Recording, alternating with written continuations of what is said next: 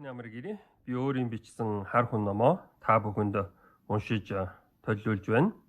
15 дугаар хэсэг Буддагийн сургаал үлзийтэй гэж маргах хүмүүс би 3 дугаар хэсэг Буддагийн сургаал үлзий хиймэртэй гэж маргах гээд байдаг байхгүй юу?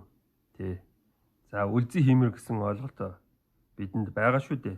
Нөгөө Буддагийн сургаалыг морин дээр ингээд тавиад тэгээд тэр нь үлзий хиймэр болно ч гэдэг нэг тиймэрхүү юм байна.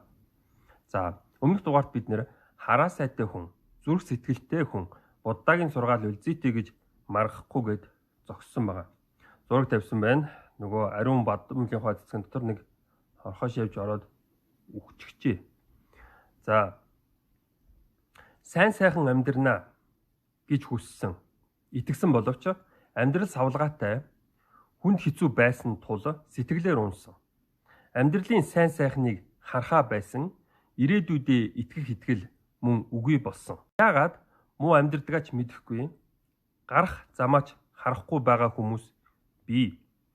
Хийснийхаа хэрээр ашиг олж чадахгүй байгаа хүмүүс ч бухимдаж байж болох юм. Буддаа та ийм муу нөхцөл байдалд унсан хүмүүст юу гэж айлдах вэ? Хаалтан дотор зөвлөх вэ гэж. За англиар бичсэн байна. Хаалтан дотор энэ үгийг Буддаа хэлээгүй гэж маргадаг. Хэлээгүй ч гэсэн Буддын шашны хийдэг зүйл буддистуудын маш их иш татах дуртай үг юм. Энэ үгийг захимаар маш их иш татдаг байгаа. Орчуулгана. Өнгөрсөнд бүү амьдр, ирээдүйн тухай бүү мөрөөд. Ухаанаа одоо цагт төвлөрүүл гэж. Буддаа өнгөрсөнд амьдрах боломжгүй. Тиймээс боломжгүйг бүү хий. Ирээдүгөө төлөвлөх, мөрөөдөх боломжтой. Тиймээс боломжтойг бүү хий. Одоогоор л бай гэсэн үгтэй адил болжээ. Англи хэлний dream гэсэн үг Low German буюу одоо нам доор герман хэл юм да. Тэрэнд болохоор drum гэж байгаа. Энийг араас нь уншина. Тэгээд мороод болно. Тэгээд нэг ил залгаад мөрөөдөл гэж байх боловч монгол хэлэнд мөр өөдөл байхгүй бол зам мөр өөдлөхгүй гэж ярьдаг. Үлзийгүйч гин. За на тум хака суудаа not yours буюу чинийх биш гэж. Чих чинийх биш. Тиймээс түүнийг тавьж явуул. Хамар чинийх биш. Тиймээс түүнийг тавьж явуул. Хил чинийх биш. Тиймээс түүнийг тавьж явуул. Бие чинийх биш. Тиймээс түүнийг тавьж явуул. Ухаан чинийх биш. Тиймээс түүнийг тавьж явуул. Түүнийг тавьж явуулснаар чамд урт удаан аз жаргал ашиг болно. Илдэв санаанууд чинийх биш. Ухаан сэтгэл чинийх биш. Ухаан мэдрэл чинийх биш. Ухаан мэдрэлээс хамааралтай мэдэрсэн жаргал зовлон таашаалч биш, өвдөлч биш зүйлс бас чинийх биш. Тэднийг тавьж явуул. Түүнийг тавьж явуулснаар чамд урт удаан аз жаргал ашиг болно. Буддаа. Эдгээр сургаалууд нь бодит амьдрал дээр буруу юм.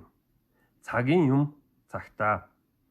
Насан өндөр болж, хөлчин чинийх биш болж, харах сонсох чадвараа алдаад, үхлээ хүлээж суух тэр эцсийн цаг мөчөд чиний цуглуулсан буян гэдэг нь хөрөнгө гэж байгаа бүх юм тийм. Эрдэм мэдлэг цөм бусдых болно. Чамаас авч болохгүй. Онцгой цор чинийх гэж болох зүйлс бол чиний дурсамжууд юм. Тиймээс боломжтой байгаа дээрээ дурсамжуудаа сайн сайхан болго. Дэлхий тойрон аялагч Алан Ж. Мүүлдер. Би Алан Ж. Мүүлдертэй уулзаж явсан. Учираас энэ хүний үгийг иш татаад байгаа юм. Цагийн юм цагтаа гэдэг мэдээж чиний тэр эрүүл мэнд тарих толгой би чинийх биш болно. Идэж уухт ч одоо биеинд нөгөө нэг хэрэгтэй ашигтай зүйлүүд нь шингэхгүй ингээд шууд баасар гарчдаг тийм өндөр нас гэсэн юм ерэн шүү дээ. Тэгэхээр чин тэрийг одоо юу гэдэг юм эртхэн ихлүүлээд одоо энэ буддаа шиг ингээд тавьж явуул мартин гэдэг ингээд иж болохгүй юм байна. Аль болохоор одоо юу гэдэг юм амьдралд дуртай байх хэрэгтэй. За хаалтан дотор Монгол үндэстний түүх дурсамжууд ямар байсан бэ гэж. Одоо тэгээд түүхээ ямар болгож болох вэ? Ирээдүйн ерөнхийдөө ямар сайхан байж болох вэ талаар бодох ёстой. Гэтэл өнгөрсөн түүх ямар байсан? Хэцүү байсан шүү дээ. Харуулслаар дүүрэнэл байсан шүү дээ гэж. За, хүн амьдралынхаа туршид бусдыг ажиглаж, бусдаас суралцаж, алдаж онох үедээ ухааныг хуримтлуулдаг. Би одоо ингэдгийн юм мэддэг төрсөн биш шүү дээ. Ингээд энэ хүн юу гэж хэлж ийн, ингэж ийн, юуг ин ажиглаж ийн гэх тэгэл одоо ерөнхийдөө мэдлэгээ хураасан байгаа. Тэрнээс би шууд санаанаасаа ингээд юу гэдгийг юм зохиогоол одоо юу гэдгийг гүжээр тэнгэр шиг юм байгаагүй шүү дээ. За, хүн элдв сайн муу мэдрэмж алдаанаасаа суралцдаг. Зүгээр суулгүй юм хийж бүтээх тусам улам ур ухаантай, хаалтан дотор оюуны чадaltaй болдог. Хаалтан дотор өөртөө муу муухай мэдрэмж алдаагаа давтахгүй байхыг хичээдэг. Оюуны санд чинь хуримтлагдсан элдв мэдээлэл дурсамжууд чинийх биш. Харсан сонссон үнэртсэн цөм мэдрэмж чинийх биш. Март тавьж явуул гэж сурах нь буруу юм.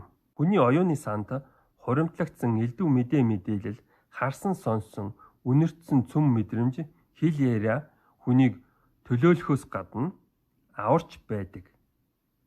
Өөрөөр хэлбэл аварч байна гэдэг чинь үлзийтэй байдаг гэсэн үг. Хилтэй бол хөлтэй гэж байгаа. Тэгэхээр нэг дайсан дайраад ирэхэд хэлээр нь ярьжээвэл бас аврагдах магадaltaй шүү дээ. Тэгэхээр чиний эрдэм мэдлэг чинь бас чамайг аварч байдığım шүү гэсэн утгаар. Дээрх сургаал. Миний хараа нүд маань муудаад байна. Багшаа одоо яах вэ гэж асууж байгаа хүнд яах ч арга байхгүй. Нүд шүд чинь чинийх биш. Түүнийг тавьж явуул гэж зөвлөж байгаатай адил юм. Энд буддаа мэдрэмжээ чөлөөл гэж сургаагүй байгааг анхаар. Буддаа бидний мэдэх ганц энэ нарт химэх ертөнцид сайн сайхан амьдрах хүслээ хай. Дараа төрөл гэж би Буддагийн бясалгалын хүчээр бүтсэн ариун газар Сухавати. Нэг тийм орс хэлэнд сухой гэж ярьд юм л да, нэг тийм хуурайж гэдэг юм. Сухавати гэж байна. Амьдын орон гэж. Амьдын орон. Буддагийн өөр нэг нэр Амида юм. Амидагийн орон гэж байна. Инэрэмгүй газар. Төвд өөр Бдебачин. Монголоор Деважин.